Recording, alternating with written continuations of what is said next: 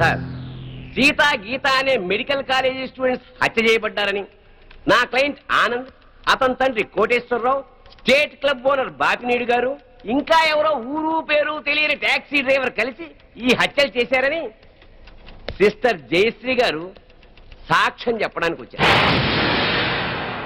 కానీ ఈ నర్సు జయశ్రీ గారు కాకుండా మరెవరైనా, అంటే మెడికల్ కాలేజీ ప్రిన్సిపాల్ గారు, కాలేజీ ప్రొఫెసర్సో, తోటి విద్యార్థులో, లేక కనీసం సీతాగీతల అన్నావదులైనా సాక్ష్యం చెప్పుకుంటే ఆ సాక్ష్యానికి ఎంతో విలువనిచ్చేవాళ్ళం. What do you mean? నర్సులు చెప్పే సాక్ష్యాల కోర్టులో విలువ ఉండదా? తప్పకుండా సార్. నర్సుగా ఆవిడ సమాజంలో ఒక రెస్పాన్సిబుల్ సిటిజన్. కానీ సదరు జయశ్రీ గారు నా క్లయింట్ ఆనంద్కు ప్రియురాలే. జయశ్రీ గారు, మీరు మెడికల్ కాలేజీ స్టూడెంట్ ఆనంద్ను ప్రేమించారా? గంగిరెద్దులా తలూపుతేలా సమాధానం చెప్పండి. ప్రేమించాను. మరి ఆనంద్ మిమ్మల్ని ప్రేమించాడా? అనే చెప్పాడు. అని చెప్పిన ఆనంద్ మిమ్మల్ని తన తల్లిదండ్రుల దగ్గరికి తీసుకెళ్లి మీ ప్రేమ గురించి చెప్పాడా? చెప్పాడు. మీ మీద ప్రేమ లేకపోతే వాళ్ళ దగ్గరికి తీసుకెళ్ళాడు కదా. సో ఆనంద్ మిమ్మల్ని సిన్సియర్ గా ప్రేమించాడు. ఆనంద్ తల్లిదండ్రులు ఏమన్నారు? మా పెళ్లికి ఒప్పుకోలేదు.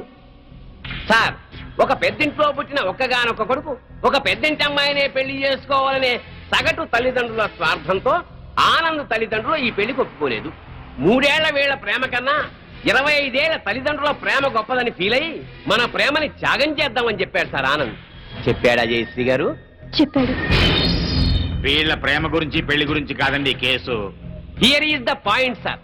నా క్లయింట్ ఆనంద్కి ఒక గొప్పింటి అమ్మాయితో పెళ్లి ఫిక్స్ అయింది. So what? తనకు దక్కని ఆనంద్ ఇంకెవరికి దక్కకూడదన్న చీప్ ఫీలింగ్ తో ఏ సంబంధము లేని ఈ దంట హత్యల కేసుని నా క్లయింట్స్ మీద రుద్దాలని చూస్తోంది సార్ ఈ జయశ్రీ. అంత అబద్ధం సార్. నిజం నిజం నిజం. అంత ఖచ్చితంగా ఎలా చెప్పగలరు? అంత గట్టి సాక్ష్యాధారాలు ఉన్నాయి కాబట్టి సార్, మీరు అనుమతిస్తే కొన్ని ఇంపార్టెంట్ విట్నెస్ మీ ముందు ఉంచుతాను. ఎస్. నమస్కారం సార్. మీ పేరు? సుధాకర్ సార్. ఏం చేస్తుంటాం? స్టేట్ క్లబ్ లో మేనేజర్ గా పనిచేస్తున్నాను సార్. సరే, ఈ కేసు విషయంలో నీకు తెలిసింది జడ్జి గారికి చెప్పు. ఈ కేసు గురించి నాకేమీ తెలియదు సార్. సీతాగీత అనేవాళ్ళు మాత్రం నాకు బాగా తెలుసు సార్. ఎలా తెలుసు? ప్రతిరోజు మా క్లబ్కి డిస్కో తక్కువ వస్తుంటారు సార్. నిజంగా మా క్లబ్కి వాళ్ళు పెద్ద అట్రాక్షన్ సార్.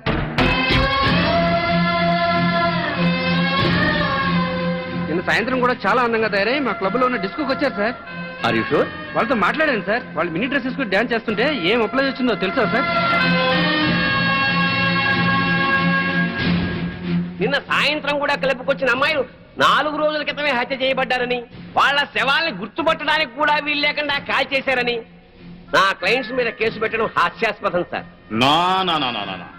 సాక్షి పనిచేస్తున్న స్టేట్ క్లబ్ ఓనర్ కి ఈ కేసులో ముద్దాయికి సంబంధం ఉంది కాబట్టి మీరు చెప్పేదాన్ని అంత స్ట్రాంగ్ గా కన్సిడర్ చేయలేం. అంతకన్నా బలమైన ఆధారాలుంటే ప్రవేశపెట్టండి. మీ పేరు? పెద్దిరెడ్డి సుబ్బారెడ్డి. ఏం చేస్తుంటారు? గవర్నమెంట్ జనరల్ హాస్పిటల్లో డాక్టర్గా పనిచేస్తున్నాను. ఈ పోస్ట్ మార్టం చేసింది మీరేనా? నేనేనండి. ఆ బాడీస్ మెడికల్ కాలేజ్ స్టూడెంట్ సీతాగీతలవే కదా? కాదు సార్. సీతాగీతల వయసు 18 సంవత్సరాలని తెలుస్తుంది సార్. పోస్ట్ మార్టం రిపోర్టు ప్రకారం 35 ఏళ్ళు ఉంటుంది సార్. సో ఈ డెడ్ బాడీస్ వాడే అయ్యే అవకాశమే లేదు సార్.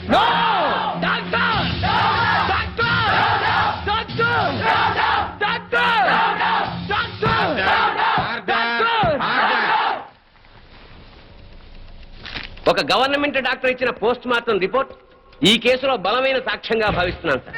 పరిశీలించండి.